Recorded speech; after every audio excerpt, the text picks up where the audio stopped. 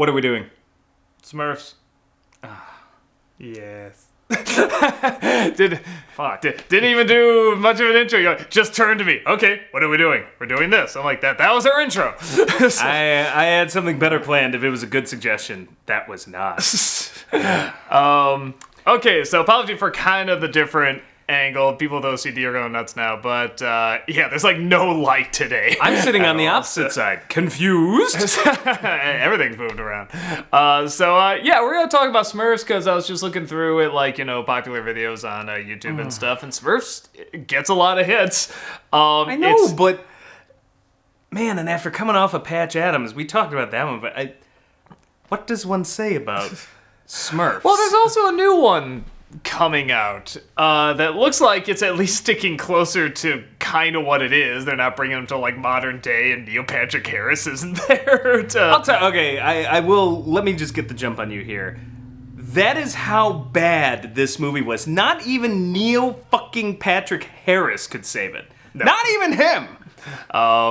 Yeah, some of these names you keep seeing over and over. Like, how when you're young and you're seeing... like you start to see Tim Burton and Danny Elfman, like, oh, I'm seeing these names over and over. You're starting to see Steven Spielberg. Oh, I'm seeing these names over and over. You connect to the good stuff. Generally, you start to see names you associate with bad stuff. You don't really pay attention, but you're like, I'm seeing this name Raja Gosnell pop up a lot. I'm at a point where I want to just believe that's a fake name. Like, it's the new it really Alan sounds Smithy. like, yeah, like it's just like, it's like whoever that guy is, even he's just like, I don't want my name on this. It's, just, I'm going to make up a fake name, but, Yeah, it's one of those where you kind of like, you see it and you go, also oh no. Scooby-Doo, right? Yeah, Scooby-Doo, I think Beverly Hills Chihuahua, something like that. Stand Back. Maybe Inspector Gadget, like, some of these... God. Actually, I have it right here. Hold on. Did he direct this? I'm so curious. He... Oh, no, he did not. That was a David You're Kellogg. off the hook for that one. Yeah, that might have been the same guy I did Beverly Hills. I don't know, but he's a name we see a couple what times. was the guy's name? David Kellogg. Like the breakfast cereal? Yeah, and the guy that said if you masturbate, you'll go blind. Fun fact. So, yeah, this is a movie that, like, honestly, you don't have much to go off of anyway, because Smurfs is, like, cute for kids, whatever, but what do you really do with it? I just remember when I was a kid, they had a movie called, it was like Smurfs and the Magic Flute. Yeah. And then they invented some wooden magic flute or something that made people dance, and it was silly and ridiculous. But That's pretty stupid. It was aimed at 5-year-olds, and I was like, that was perfectly acceptable. Why do we need to spend millions of dollars on something to bring them to, New York and have Neil Patrick Harris in it and Hank Azaria just slumming it? Slumming it. No, I like Hank Azaria. No, He's I will a great make a voice little actor, bit. but... I will defend Hank Azaria a little bit. You know what? He's not slumming it, but trying. He's not but slumming he's given nothing. He's not slumming it, but he is left hung out to dry. Yes, like he is literally just dangled over, fighting for his life, and they dropped him into the shark pit. Yeah, like, it just, and which is a shame because the makeup on him is pretty funny. It looks like Gargamel. Yeah, it looks like him. I don't think he sounds like him, but it's kind of like, okay, just go along with whatever he's doing, and it's like... And even if you wanted to make it CGI, it's just like, you could have just kept it there in the Smurf village. I don't get... Why New York? And you know what? It's always New York. Why is it always New York? Yeah, always New York. You're not the center of the fucking universe, all right? I know you think you are, but God. Well, and there's something to, with... the Smurfs, it's like, as they even say, do any of your names not tie into your personalities? Like, do the personalities come first or do the names? And they go, yes. And it's like, all right, that's a cute joke. But it's one of those things where it's not like, ooh, you know what I'd really like to see? I like to see Smurfs in modern time. Think of the crazy possibilities. It's like, there aren't any.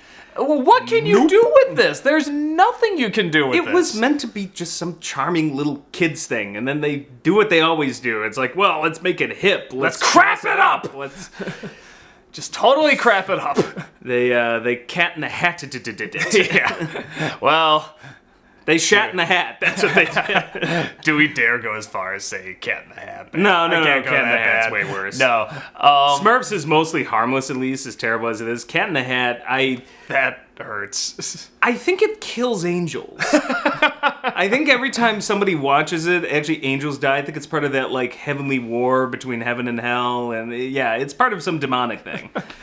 And yeah, so this was a time where that was always the thing, you know, like somebody from the past is brought to modern day New York, and that was just a really popular genre, really. It just kind of became a genre, and they decided to do it with Smurfs, and we can say it sucks all we want and stuff, but it was a big hit, and I think part of it is that, like, obviously not that much money went into the film because they don't look that good or anything, This was a big hit. It had the word Smurfs on it. Well, no, I was gonna say the advertising was everywhere. I mean, you couldn't get away from this damn thing. It was on like every billboard, every bus. Yeah, we tried hard and didn't work. Okay, and that works for kids. I guess that's but it's no indication of quality.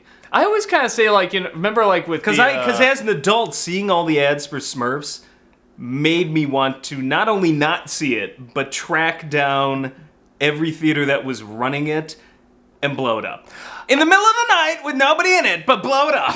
I kind of feel like, remember when we were talking about like the Aw Girls from like the Chipmunks review and stuff, I always kind of said like, you know, it's a mix of like, you know, on top of little kids, you know, it's a mix of that and then like, you know, the 50 to 60-year-old ladies, you know, or like the middle-aged ladies are just like, oh, don't you want to see it? It looks cute. It looks so cute. It's like people don't want to see it because it's cute and nothing else. This is the movie that was literally made for grandparents to take their grandchildren to, because those are the only two demographics it fits into. Old people who are just like, wow, I can't believe they make these things come to life. Because the last film they saw was probably King Kong, and 5-year-olds. Wow! I'm bitter today. I fucking hated this movie. I hate this movie. Hate it. And but you know what I'm talking about too, like the crowd. It's Thanksgiving, and what can I say, Audrey? But we're all miserable.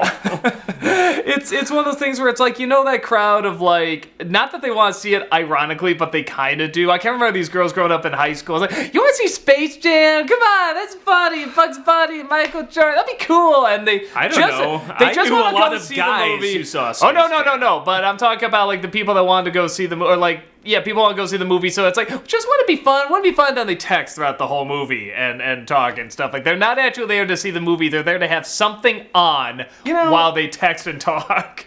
I feel like we're doing girls a disservice when we do that.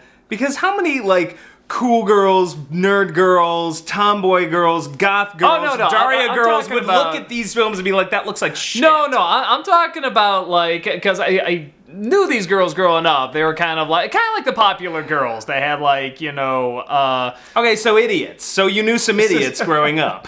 There were a couple that were smart. Not many, and I didn't know them, but I'm sure they were. Statistically, it has to be possible.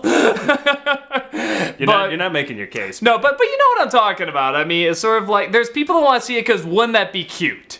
You know, like, they don't want to see it because, hey, I want a good movie. It's, wouldn't that be cute if we saw it? So it's kind of kids and then people who say, wouldn't that be cute? You know, I just want fluff. You know, I want nonsense. And I feel like fluff can be done well. I never dated any of those people. I didn't care to get to know them.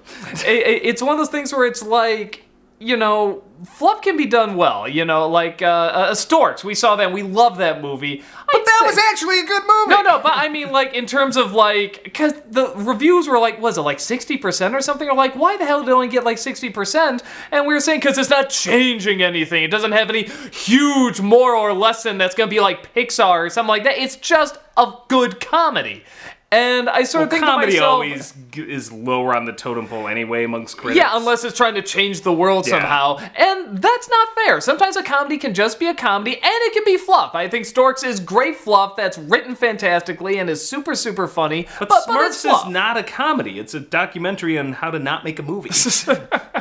And what I like, because I feel like this was going on for a while, and I feel like it's died down, but there was like a long period of time where sort of like that, I'm trying to remember what I called it, like, sort of like that hypnosis for kids, just the constant movement where you never feel the impact, you never feel like anything is hitting. It's just seeing these things move and trip, and it's just this one motion. It's the music too. The music's always like every single movement.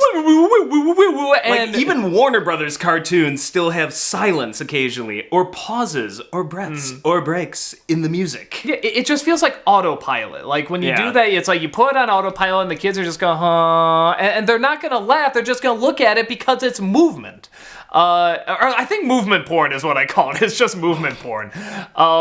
Because if you just like seeing things move like that, that's what it is. You might as well just be high and watch it because it's the same kind of movement. That may have been the other demographic. Yeah, it's true. Yeah. Whoa, the blue, man. I can see them. They're in my hand. Oh, can you imagine dropping acid during that film, though? Whoa. Oh. Yeah.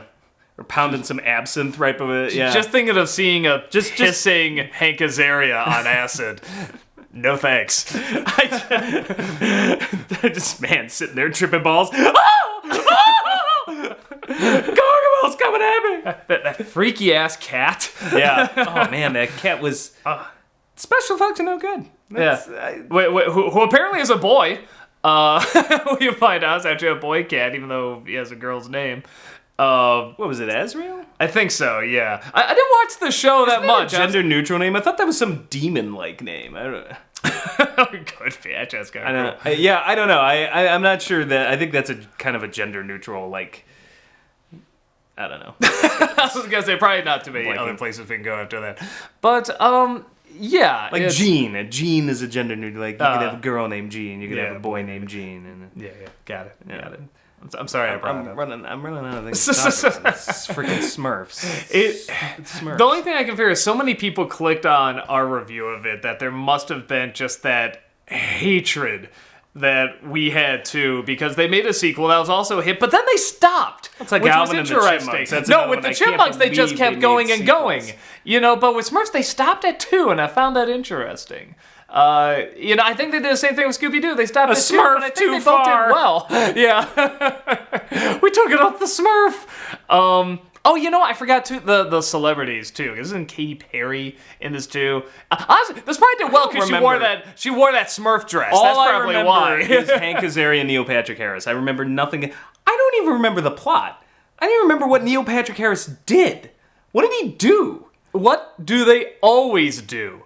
An office job where he's an ad executive. It's always advertising. It's always an office job in New York, and somehow he has an amazing place that you could never afford in reality. Which, to be fair, being an ad exec pays good money, but you're right, it's still New York. It's fucking New York. But he doesn't seem good at his job, right? Because that was also the Alvin and the Chipmunks thing. It's like, but wasn't that part of it? Like in Alvin and the Chipmunks, it was definitely just like he was having trouble in his job, being a musician. He's throwing out his stuff and everything. It was like, how can you afford that house?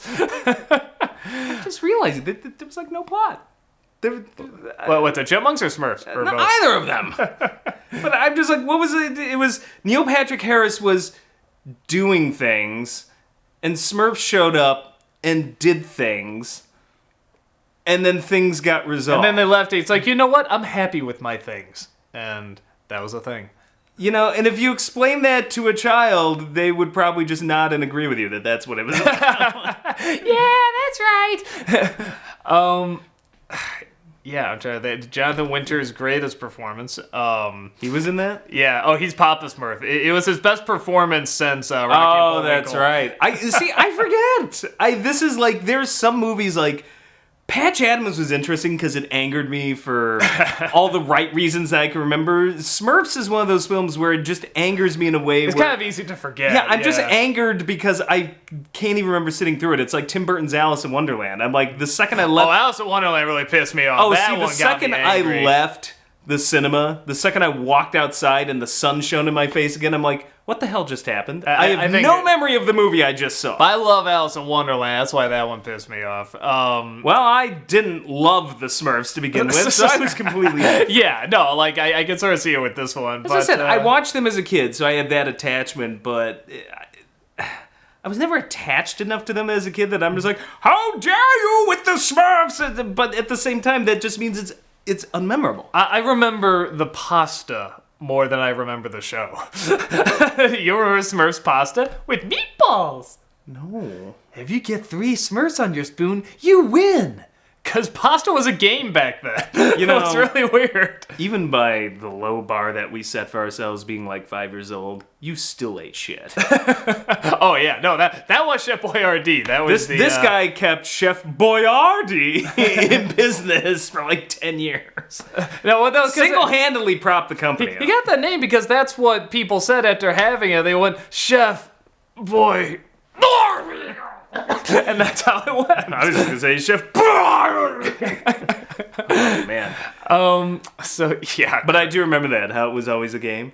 Just like Yeah. the tic-tac-toe pasta. It's like, get the X's, get 3 in a row, and you win! You win what? Your bowl of pasta? Who are you playing against? Who is the other player? I'm so lonely. Playing against the empty can. It's like pasta solitaire. Yeah, shit. We're talking about Chef Boyardee now. That's how not interesting this movie is. Do you think they can... Have you seen the trailer for the new Smurfs at all? No, this one so has wrecked the Smurfs as I know it that I never want to see another Smurfs film again. Yeah, I just saw it, and it just looks like whatever, cute adventure, whatever. It looks like, I guess, what it's supposed to be, but it's like, yeah, I also started looking at it, I'm like, you know, what are really the possibilities from this idea? They live in mushrooms, that's a little creative, but that's about it. I don't remember any other, like, this demands to be made. The song, I remember the song. And yeah, that's about it. I think Gargamel was the most interesting part of that show. Like, I actually look forward to seeing him, because I'm like, okay, something's gonna happen. You think Gargamel used alchemy to live through the ages and then kept creating, like, cybernetic enhancements as the century went on, and then he became Dr. Claw, and that's the same cat? Maybe. I'm just trying to figure out a way to tie it into Full Metal Alchemist. Like, well, what's the name of the little kid that was in the armor? Oh, Al. Yeah, like maybe he gave him the arms, like the metal arms. Could be transmute the soul into the metal. Well, no, because it alters the voice. Too. Dr. Claw would have had to do a transmutation wherein he lost his arm, so he had to get an automail arm. Probably to save the cat. Yeah, but then the cat got transformed into, like, you know, it's kind of like that cute little girl, but in reverse somehow. Maybe he gets transformed into, like, this mutated girl or something like that, you know. So is Gadget a homunculus? That'd be kind of cool. Man, we should rewrite Inspector Gadget. Penny's Winry, that goes without saying. Yeah, obviously putting things together and everything, but... God damn it, this movie's so uninteresting. Derailed your thoughts. Yeah, I really thought I'd have a little bit more to talk about. Derailed your train of thought. That was like Amtrak. Yeah, it is just so dull. It's just a dull movie. I don't know what else to say about it, except... I just can't think... At some point, we gotta do Smurfs 2. I know that. No, why? Because the first one was such a hit. I mean, people love seeing us do it. I just hope when we do the second one, there's just more... fine, but that's the price they're going to have to pay. We'll do it, but the real thought's going to fucking suck. Yeah. It's going to be just as bad as this. Just as bad as this one. We're going to be talking about, like, you know, fucking Skittles or something instead. I remember seeing in the trailer, there's kind of like punk Smurfs. They're, like, gray, and they have, like, dyed color hair, and they're, like, with attitude. What? I don't know, but that's got to be something. What? I don't know. I don't know. Why do we need punk Smurfs? Why do we need Smurfs at all?